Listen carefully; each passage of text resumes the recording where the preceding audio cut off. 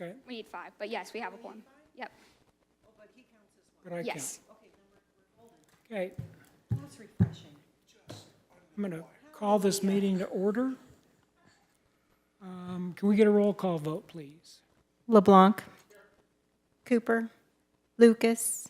Milton. Here? Williams. Here. McBratney. Here. Pinkley. Stepp. Mayor, you have a quorum. Thank you. We're going to start off with the approval of the Finance Committee minutes for the October 23rd, 2025 regular meeting. Do I have a motion approving these minutes? So moved. Second. We have a motion and a second. All in favor, say aye. Aye. Opposed, same sign. Ayes have it. Next, we'll get the 2025 year-end financials presented by Allison. And I've reviewed them, and I'm going to tell you, I am impressed with several things. One is I want to get a shout out to Allison and all of our directors for the amount of time they put in during the budgeting process. To see so many of our projected financials come within 3% over what was projected, and our expenses coming in 3% below anticipated. I just think that is a big kudos for the amount of time we put into putting those together. So Allison,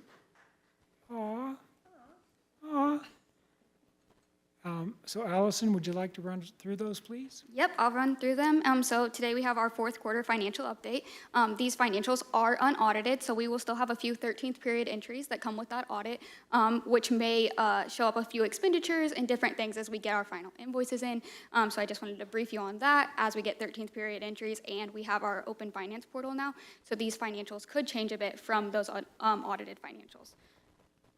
So we'll start with the general fund revenue and expenditures. Our 2025 general fund revenues were $27,755,290.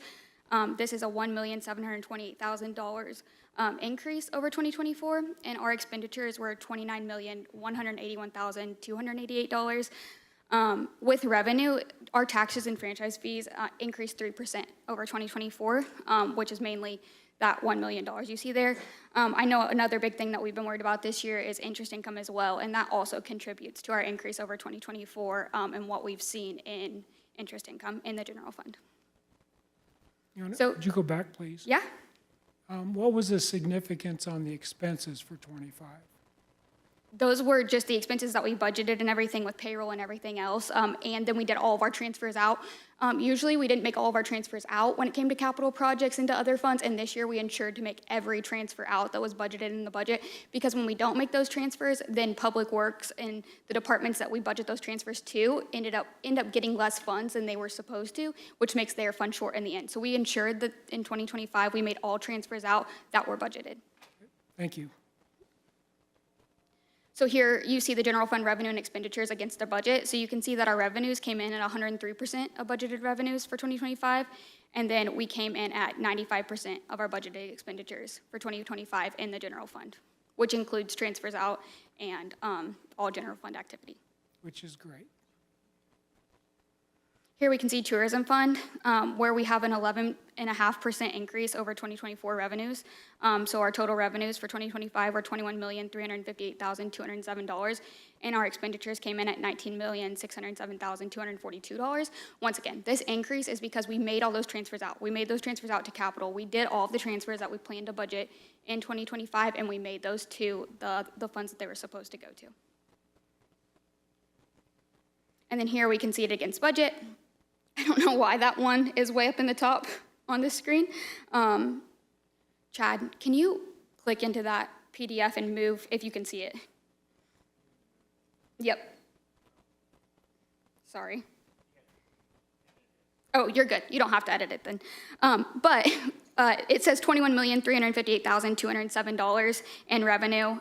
This was greater than what we budgeted for 2025. and our expenditures were $19,607,242. This is an 11.5% increase over last year, and everything in tourism, every activity in tourism did increase, besides for our campground revenue was decreased in 2025 over 2024, but everything else did really well. Theaters and amusement and all of that had increased in our 2025 year. So here you can see those numbers now. Sorry about that. And you can see that we had a remaining budget amount of $600,000, which is 97% of budgeted expenses were expended. Here's our transportation fund. For 2025, our revenue is 14% greater than 2024. This is mainly due, once again, to interest income. Taxes for this fund increased 3%, and then we did have some grant revenue that went into our transportation fund. Our expenditures and transfers out decreased by 10% when compared to 2024, with expenditure total of $8,504,797. And here you can see the transportation revenue and expenditures against what we had budgeted. So we collected 105% of budgeted revenues, and we had expended 83% of budgeted expenses in 2025 for the transportation fund.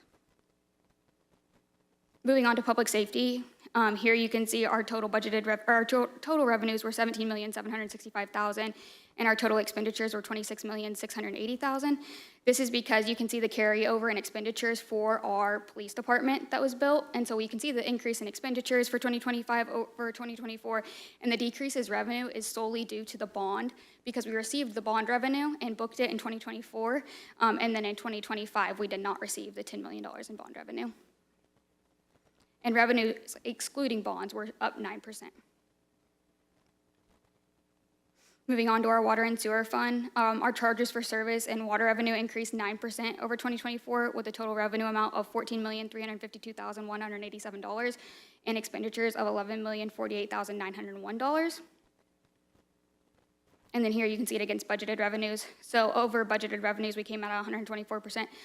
This is also due to replacement of meters. So we're also getting more accurate reads and everything over 2024. So as Kendall's group changes out those meters, we get better reads and are charging people more accurately. More water usage contributes to that. So not only the rate increases, you're like, well, that's more than we did in rate increases. Well, yeah, but people also use more water over the previous year. So it's not like people are using less water and being charged more for the water that we've been using as a city. And then you can see our expenditures. We expended $11 million, and we had $8 million left over for budgeted expenditures in 2025, making we only expended 58% of budgeted expenditures out of the water utility fund. Moving on to Parks and Rec, their total revenue was $4,064,520, and total expenditures were $3,843,844. This is excluding grants, so once again, you can see that revenue is kind of higher in 2024, but that does include ARPA money that the Parks Department received in 2024. And so if we exclude grants from the revenue, we had a 6.7% increase in revenue over the prior year. And then here you can see that Parks came to 91% of budgeted revenue, and then they expended 87% of budgeted expenditures. Cindy does a really good job of, if they're not going to meet revenue in something, they back down their expenditures, and you can clearly see that here. And our campground projection was kind of higher because, we built a new campground. We expected those to be a little bit higher. I can say that all of campground revenue was down. We can see that in tourism. But Cindy was not down completely. We just didn't quite meet those budgeted revenues that we had for our campground this year. But she's on the right track to do it in 2026. But she did back down her expenditures down to 87% of total budgeted expenditures because she didn't quite meet the revenue there, right? She's always playing that game of she's trying to make revenue and she has to cut people if she's not at that revenue stream for whatever activity or sport she's doing or an event that she's doing at that time. And she does a really good job of watching her budget and making sure she doesn't go over those expenditures. So here we can see tourism tax by class, and like I already mentioned, all of the categories were up besides for campground. So when we look at amusement, we can see it's a 9% increase over this time last year. Theaters were 22% increase over this time last year. Our hotels and motels were a 3% increase. Campground was 6% decrease. Short-term rentals were a 13% increase. And our restaurant and concessions were at a 7% increase over this time last year. And with our new software going into place with CitizenServe, we're going to be able to track these things better and should be able to collect even more. We're making it more user-friendly for everyone to file these returns and get the information and make sure everyone's filing. So that is super exciting to see for 2026, and we should see these numbers continue to grow and then be able to track things. So if we are seeing a decrease, why are we seeing a decrease? Allison, just, first of all, slow down just a smidge so that I can keep up with you better. I'm sure everybody else is doing fine, but I'm like finding myself panting. So slow down a little bit, but I want you to just, again, expand a little bit about the online ability now that we've got and how that's going to increase not just efficiencies at the city, but more accurate collections. Yeah, Just the ease of it. so we currently get paper applications, and then we manually process all of those paper applications. We do take credit cards and everything for those payments over the phone, and we take check payments and cash payments. But now that it's going to be in Citizen Serve, someone can file their return online, type in all of their information, and we'll calculate what they owe in tax, and then they will pay that amount right there online, and so it's not this whole manual process. And then when they need to amend a return, they will also be able to amend it in there. Any credits for overpayments or anything that they have on their previous returns will be applied to the new returns. And then it's just transparency, right? So every payment that they have made in the new system, they will be able to see every payment they made. Everything that they filed is right there, and they don't have to call us and be like, hey, I don't have a copy of my tourism tax for the last 3 months. Can you give it to me? Because it's an interface where they can see everything that they filed.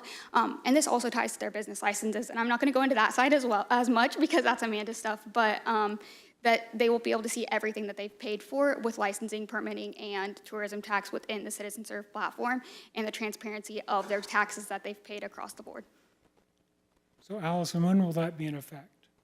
So we're actually going live next week with that. And then this data, I did want to mention that, so December that's reflecting here is when the business collected this revenue, and not when we collect it as a city. We collect it a month behind when the business collects it. So for this purpose, it's nice to show, hey, the businesses were busy in December, the businesses were busy in July, like where our peak seasons are, and that's why we move the data back from when we collect the revenue to when the business actually collects it, so we can say, what are our busy seasons? When is tourism up, really, versus when we're just collecting this tax? We move it back to when the business actually collected it from the consumer. And then here we can see our sales tax. So we have our unrestricted 1% city sales tax, our half-cent public safety tax, and our half% transportation sales tax. Transportation and public safety tax was up 3% over 2024, and our unrestricted sales tax is 4% greater than 2024. This one is not pushed back to when the business collected the tax. This is when we're collecting it from the state. So in December, that's really October's revenue. So this doesn't correlate, but it's harder to push back on when we're getting those revenues from the state, so that's why we don't push this graph back. If you guys ever want to see it based on when the business actually collects it, we can create those graphs as well. Are there any questions about this presentation or the tourism tax charts or anything that I presented here today? I'll take you up on the offer of showing the charts of when the businesses collected it. Yeah. Yeah, ma'am, on the financials, could you help me understand what the miscellaneous revenue category is comprised of? So miscellaneous revenue is if we have any like grants, donations, or anything, and those fall into that category because they're not categorized in intergovernmental. They're not transfers from anything intergovernmental. So sometimes we get small grants from other agencies, and we'll put them in miscellaneous revenue. Perfect, thank you. Can you go back to the previous screen? Yeah, that one right there. So with the exception of campgrounds, down 6%, every other metric that we measure success in the city is up. Is that correct? Yeah. So, you know, even to the noise out on the street where, you know, we're not busy, there's not a lot of traffic, you know, this is a better indication of just the vitality and health and well-being of the city and the direction that we're going. And, you know, to see some of those double-digit increases is absolutely astronomical. Theaters, sorry Clay's not here, but boy, he would certainly be impressed with that. But, yeah, this just tells me that our city and every stakeholder in it is really digging in and doing the hard work, you know? Yep. They're doing the things necessary to make hospitality the forefront and the face front of what we're doing, and this is definitely evidence of that. And, you know, I think 2026 is going to be even a better year, particularly with the ability with Citizen Serve to track those metrics even closer and get more accurate accounting of that. That's going to be great to see next year. So. Great input, Ralph. And just one comment on the back end of that. Obviously, revenues are up, and that's fantastic. But also to be thoughtful to the full conversation, the CPI and revenues coming in. When you talk to business owners, you have to factor in things like inflation, cost of goods sold. They're having to raise the prices of commodities. So it's just being fair to both sides of that argument for all businesses within the community. Well, I mean, that's a pretty good point for sure, but I mean, you know, when you see numbers like this, I mean, I think inflation is baked in the cake there. I mean, I think these numbers, you know, account for inflation and then the increase. And, you know, when we look at what we came out nationally, 2.2 increase overall in our national budget, our national income, I think that kind of shows it, so, yeah. No, I appreciate that. Again, it's just doing that, that walk along the 76 corridor, talking to business owners and getting their feedback. But yes, the revenue is good. Those taxes go back to be thoughtfully used to their benefit. But collectively, there's two schools of thought and just being thoughtful towards both of those. Another thing I want to say, when we collect tax data, what we'll be able to do in Citizen Serve and what we do now, Sunday runs Cognos reports for us, which pull all of this data out, and we have that data by each different part of the city. So we have 76, we track downtown, right? We don't track it by specific business, but just that area of town and what they're doing and who's busy. And we, with Citizen Serve, will be able to take that data and really break it down by segment so we can see what segments are busy, who needs the help, where are the people going when they're in town, and the revenue will truly show that going forward with Citizen Serve.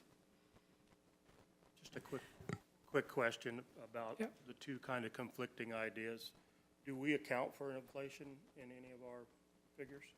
And these are just base revenue figures, and we do account for inflation when we budget it, and you can still see that we're over budgeted projections and everything, because when we do it conservatively on revenue, but we are baking inflation in there in these numbers and everything, but we still came out on top at 11.5% increase. So. The other thing that I think is important, and I'm not sure how widespread this is, but the traffic studies that we get from Public Works, I was really blown away at the increase. I think, was there 1 month, Michael, maybe, where Cheryl, where it was just a little bit down, but every other intersection was wildly over past traffic numbers from last year. So that was another really good indicator. You know, it's like all these different little pieces of data you put together to kind of form a conclusion. But do we not give that out? Do we only share it with our board and internally, or do you guys know? Yeah, there's a pretty big There's like a listserv kind of thing? Okay. Yeah. Is that prominent on our website anywhere? Yeah, we'll have to talk about that, because I think that's a good thing for people to see too. Okay, thank you, guys. Any other comments from the board? Any comments from the audience? Well, hearing none.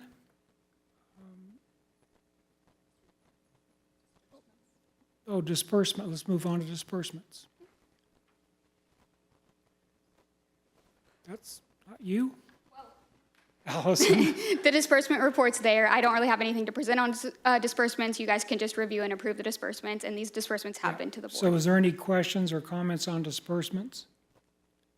I had one on November. There's the line item that's tourism and marketing services, and it's 3 different items combined together. I know that there's the veterans manager position, and just curious if that's an expenditure that's going to continue to exist, or if that's it's on that month, but it doesn't continue. It used to be by itself. It's lumped together. Is that position still going, or is the chamber using a Smurf manager to execute those duties? The market referred to as Smurf for military, and it's a marketing acronym. I'm not up to speed on the lingo of that. So I was picturing little blue characters when you first said that. So, but I'm dating myself. Which one are you on, Alex? It would be the November, ma'am. Third one down, Branson Chamber, festival expenses.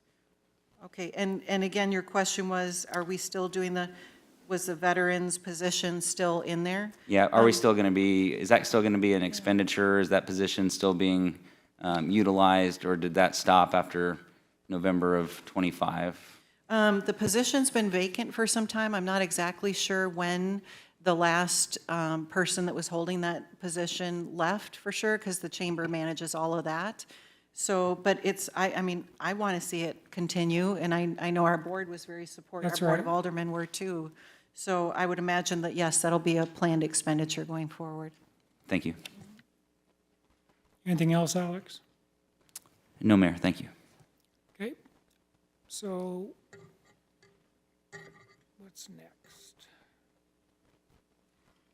I'm gonna hop over there so I can get Open Insights up, which is next.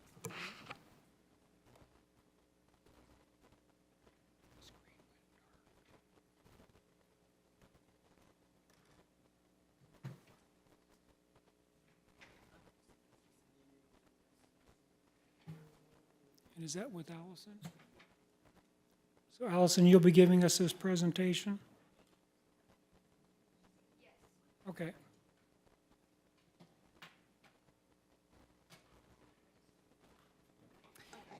Mayor and members of the committee, this is something that we've been working on probably a year after I got here, which was to find the right venue by which the public can see very clearly what's being brought in, what's being sent back out, how we're investing their tax dollars, a very transparent module that we're really proud of. And we were hopeful we could I wanted to roll it out within 3 months, right?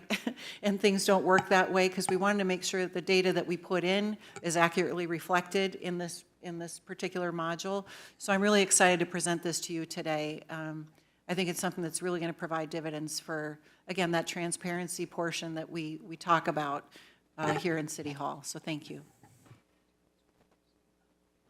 So this is our Open Finance module, and you can see our total budgeted revenues. I'm sorry, Allison, your mic's not working. Can you guys hear me now? There we go. Okay. So you can see our total budgeted revenues right here, 134 million. This does include transfers, which is kind of confusing because it's not necessarily revenue, and we overstate our revenue when we do those transfers because you're technically bringing that into the general fund per se, and then transferring it back out to another fund, so then it's duplicated when it's accounted for. So with that being said, we have 134 million in revenues as our adopted budget, and then you can see our total year-to-date expenses so far are 7.3 million. And if you hit explore, you'll be brought into what our expenditures are so far, and you can see expenditures by fund right here. We're going to go ahead and click into the general fund. When it says administrative services up here, this is non-departmental services, and that means that these functions are split between multiple departments, and we call those administrative services because we have to pay those bills, and they don't go to any one pot. And then you can see all of our departments under that and their expenditures for the year. And then if you want to return home, you can click up here, go back into Explore, and then go into your other departments, your divisions, and you can see their total, what they spent year to date, and the percent of the total and what department that's going to. You can change the view from a bar chart to a pie chart, and then you can see the view over time. And then if we go over here to our revenue side of it, you can see our budget and you can see where we're at for the year. And then you can drill in and click in to what you may want to see. And so you can drill in, you can see all the data from all the different departments, what's currently being posted to our general ledger. This does update weekly to what is in our Tyler financial system. With that being said, we do review things. So our payroll is a different module, and we integrate that into Tyler. So even if we get paid, say this week, you're not going to see that immediately the next week because it goes through an approval process before that's posted to our general ledger.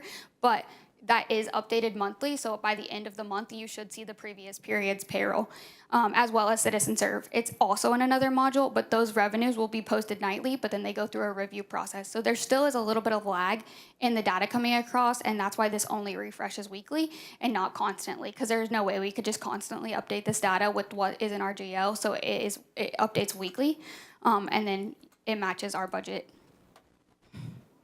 Are there any questions about Open Finance or what it does? This link is also live on our website currently and under the finance page on our website.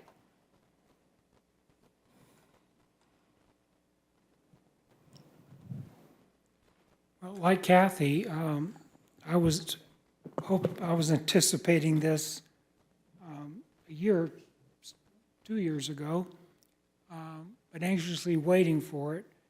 This is, to me, this is a real huge step on openness and transparency to our community.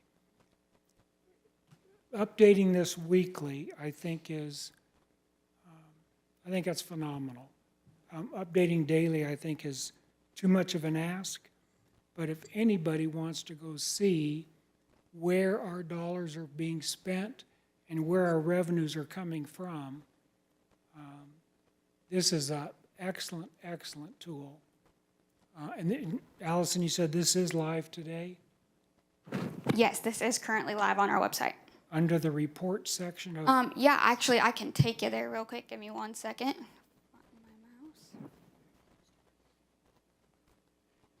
While Allison does that, I just wanted to also say, Mayor, one of the reasons that this took a little longer to put all together was the Tyler implementation. Yeah. So that whole new enterprise-wide system that we've been, bringing in by modules into city government is such an extraordinarily heavy lift, and we've got to get it right. So I was always telling our folks, speed is great, but we want to make sure that the information that goes in is solid and accurate, and so people can trust in what it is that they're seeing at the end of the day. So being able to get those modules correct and working and communicating with each other, because this is a different system than that, it was a heavy lift as well. So hats off to Chad and his team, and actually all the department heads were very involved, as well as assigned people from each department to be involved in all of that too. There was so much that went on behind the scenes to bring this to fruition today. And I just want to give special appreciation to the staff involved. absolutely. And so you can see here the main screen of our website, and it's updated glory, and it looks beautiful. And then down here is Open Finance. So this is the module where it will show our transparency. If you click on that, you're going to be directed directly to this site where you can drill in it. Yeah, Allison, I am so impressed. And I really take my hat off to Chad.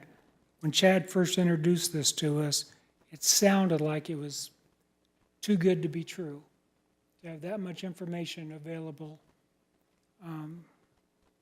So, Chad, thank you. I want to give credit where credit's due on this. This part was all Allison and her team. So I just want to make sure they get the appropriate accolades for this. But You thank said you it very was all much. housed where? Allison and the finance department Okay. did. This was all their lift. So I want to make sure they get the credit for that. But thank you very much, Mayor.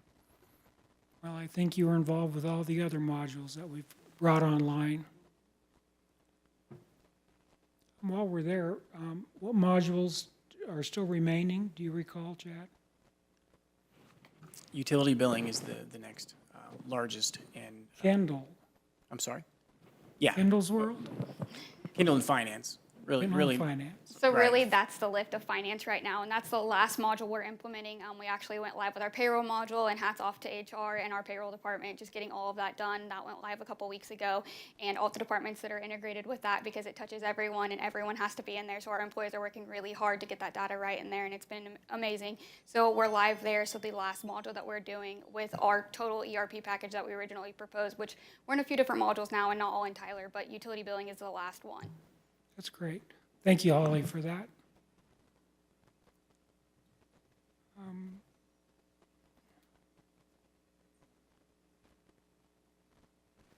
Is that it? Is there any comments from the board? No, thank you. Again, that's great. That's more visibility. On the list of projects, I was kind of perusing it while it was up on the slide or the screen. I saw just different examples of different categories. What is the litmus test for when something makes it on that screen? So like an example, you'd see CBDG elevate Branson, then you'd see capital projects, then you'd see, like, there was like a list of 15 or so. Is there was other trackers on the website, the city website, like capital projects tracker. It was listed here on this new tool. What other tools are going to stay live? Because I know in previous sessions we've talked about tools that were being, off-boarded while we brought on this new one. Yeah, it's a good question. This is a work in progress, and we definitely have used other tools to get to this point to make sure that we were as transparent as possible with finance and projects and things like that. So, the honest answer is we're working through all those details right now. But when you think finance and transparency, this is the platform that you would use. for all of that. That's got the direct hooks and links into our ERP system. Does that make sense? It does, thank you. Any questions, comments from anybody in the audience? I guess one more. Where would I go on that tracker to look at the city's biggest rock that they're moving right now with the TIF project? Is it captured in that, or is that a separate area?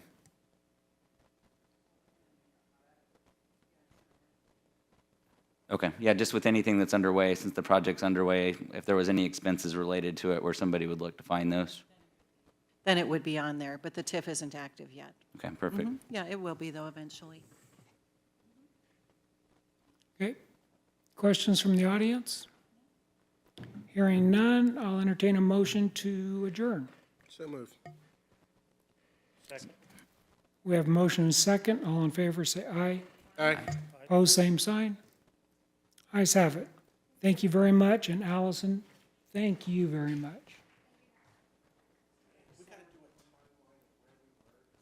Oh,